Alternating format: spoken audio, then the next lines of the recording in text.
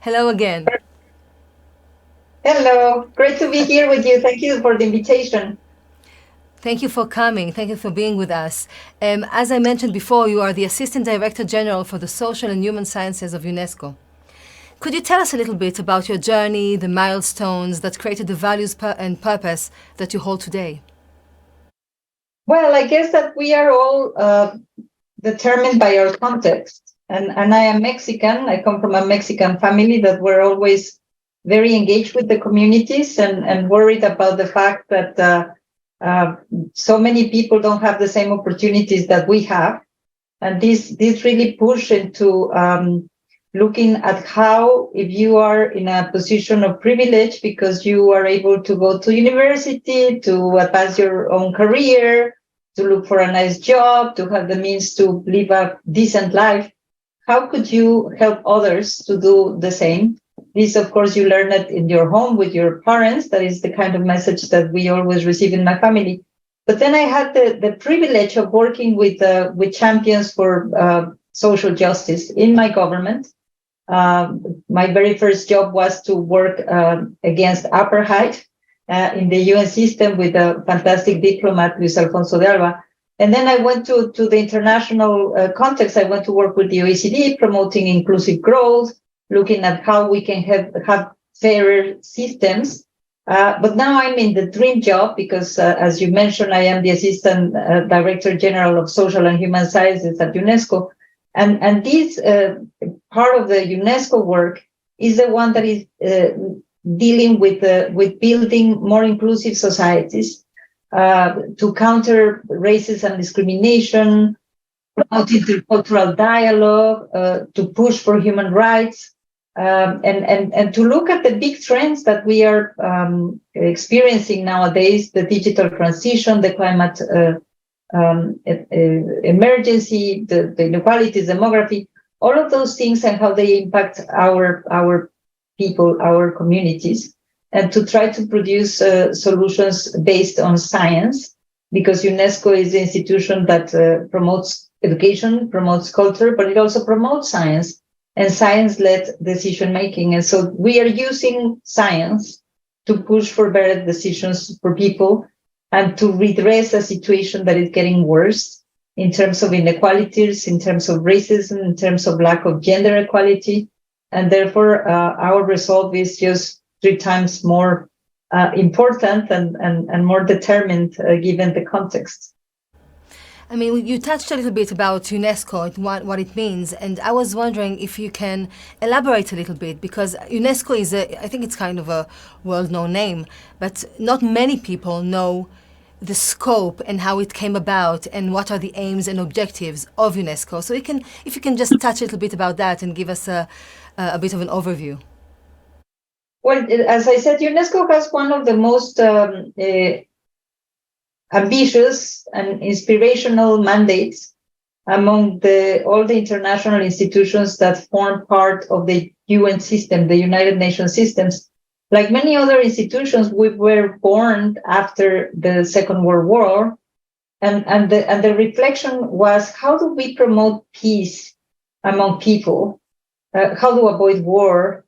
And of course, there could be many answers to that question, but the founder fathers of UNESCO decided that the way to do it was to bring people together through mutual understanding, through intercultural dialogue, through culture, sharing cultural experiences, through education, and through the promotion of sciences. So that's how UNESCO came about.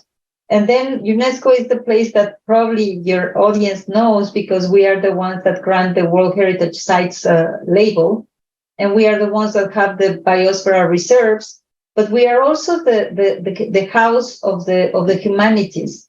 And I can tell you, for example, that one of the most important assets that we have in this place is the mandate to look at scientific progress with the ethical lens, using ethics. The latest contribution that we made with 193 countries signing to it was the recommendation on the ethics of artificial intelligence, because what is happening is that we have these very amazing technological revolutions, but that are probably bringing us apart with all of the benefits that they can provide. societies because of social networks, or because half of the population in the world is not connected to internet, or because women are harassed in the social platforms. We need to have ethical artificial intelligence, but we are also looking at the neurotechnology, ethics of neurotechnology. But all of these, the ethical, the philosophical, the social sciences, are really pushing to build more cohesive societies that are lacking, because the whole situation today, due to all the crisis, the financial crisis, the COVID crisis, the war, the inflation rates, all of these very difficult conundrums are bringing us apart. And then on top of everything, racism, discrimination, and therefore we need to push for this very original mandate that we have since the very beginning. And by the way, UNESCO in the 1950s was the very first institution that produced a report showing that there are no races, that there's no difference between human beings. And it was a really flagship. And as you mentioned, we also launched recently the Global Forum Against Racism and Discrimination. Today, we have the master classes against racism and discrimination, because we want to exert change in the minds and in the way people deal with these issues.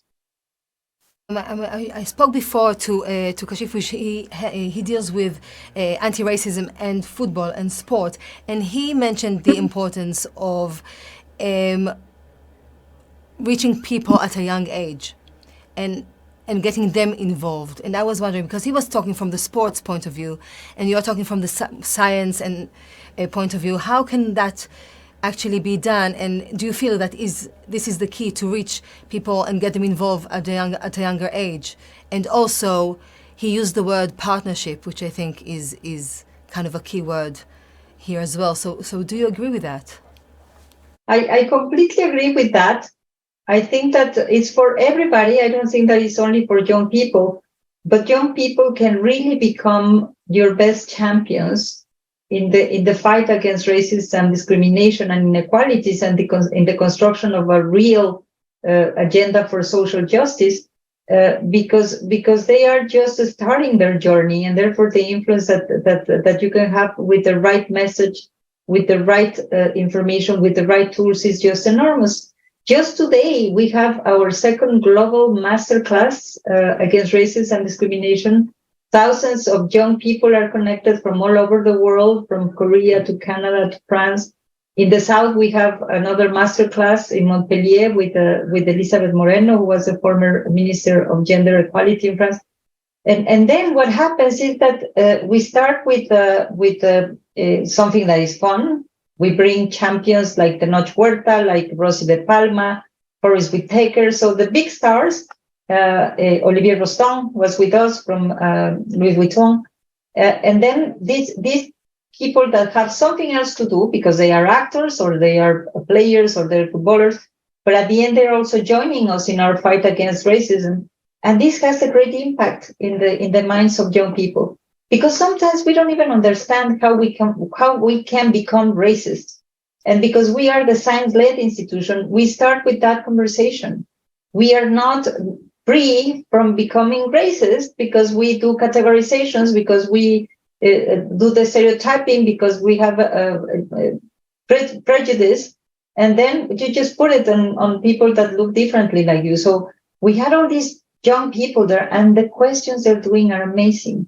The only thing they need is the space to understand, the space to act, and then they become the best champions against racism and discrimination. And we're investing a lot on that, also being the house of education. I mean, as you said, racism, anti-racism, and discrimination, anti-discrimination is a thing that mustn't be fought all through the year. But we have this day, which is the 21st of March, which is the International Day for the Elimination of Racial Discrimination. And I wanted to hear from you, why do you think having a day like that is so important? Well, first of all, because we should always remember the past, not to repeat it, and to be better prepared when dealing with decisions in the future. The International Day Against Racism and Discrimination was established by the United Nations systems in the 60s, and this was given the killing of 66 people that were fighting apartheid in South Africa. So we should not forget. We should not forget all these heroes in the past that have fought for the rights we enjoy today. Because the building and enjoyment of human rights was thanks to people that came before us. And so we need to honor their memory. We need to honor their contributions. And therefore, it's important that we have this recognition. However, now it's even beyond that, because by honoring their memory, we're also asking ourselves, are we in the place that these fantastic heroes of past would be happy? I started my masterclass today asking that. Will Martin Luther King, who had a dream, would say, okay, my dream had been fulfilled? Well, it's not. I think so. It's very important that we continue looking for these inspirations, and that we push for having the means and the tools to push for it, and establishing a day help you to focus, help you to having a date every year means that we need to reflect. Have we made progress? Have we achieved what we wanted to achieve? Are we where we want to be? And if not, to take the decisions to push the agenda forward. As I said also with the 8th of March, which is the Women's Day, we wish we didn't have to have these dates, you know? We wish we would be very equal societies where discrimination does not exist, where everybody has the very fair chance in life, but it's not the case. We now know that people of African descent have less chances to go to universities. People of low-income families are determined to probably not reach the highest level in terms of success in life. And therefore, these things are a reminder, and we need to be looking into the things. We have made progress because there are laws and there are regulations, and it's illegal to be a racist. But the reality is that we are counting 300% increases in the social networks of racist incidents during COVID, increase of violence against women, increase. And so all these things are telling us that we are not yet there where we want to be. And we need to continue reminding everybody that this is not the way to go. We need to counter racism at the personal, at an institutional, and at the policy level. And we're trying to do it at all these, in all these areas. I cannot agree more with you. I mean, I wanted to ask you what was your answer to yourself at the beginning of this day, but now I got it. We still have a very long way to go. And I mean, we look around and we see we have wars, we have destruction of our planet, we have the violence in our communities that you said, which is it's not an easy world to live in. And I was wondering, where do you draw your hope and inspiration from, despite all this? Well, let me tell you that once I was asked if I was an optimist or a pessimist, and I answered I'm an activist. Because at the end, if you despair, if you just look around and you say, well, we're not where we want to be, I mean, when you go depressed, what purpose does it serve? No, I think that we need to be very honest and look at the facts, and realize, as the ones that have been in charge of policy making in different fields, my generation should feel responsible of the state of the world, and therefore should also be should feel that we need to push for changes. And therefore, I feel that the inspiration comes with the belief that the power of will can change things, and that we have that power to do it. And then, of course, we are always flooded with a lot of news that are very worrisome in terms of racism, in terms of the increase of these incidents, in terms of in this context that you mentioned, no, with the war, with the economic conditions so fragile, etc. We blame the migrants. We blame those that look different. We blame. And the fact is that we really need to get around that narrative to ensure that we produce the solutions for the challenges we face, and at the same time try to build more inclusive societies. And then I feel that there are so many people, because this is UNESCO, and UNESCO for once has this capacity to attract the best and the most inspiring individuals, and we can quote hundreds of them. As I said, today we just have Tenoch Huerta and Rosy de Palma. In the Global Forum Against Racism and Discrimination, we have Jeremy Gilley with the Paris One Day. And then you see all these people, no? They don't care about how depressing is the context or not. They just move. They just go. They just do the little contribution, small or big. Kaila Satyarthi, who is saving kids from India.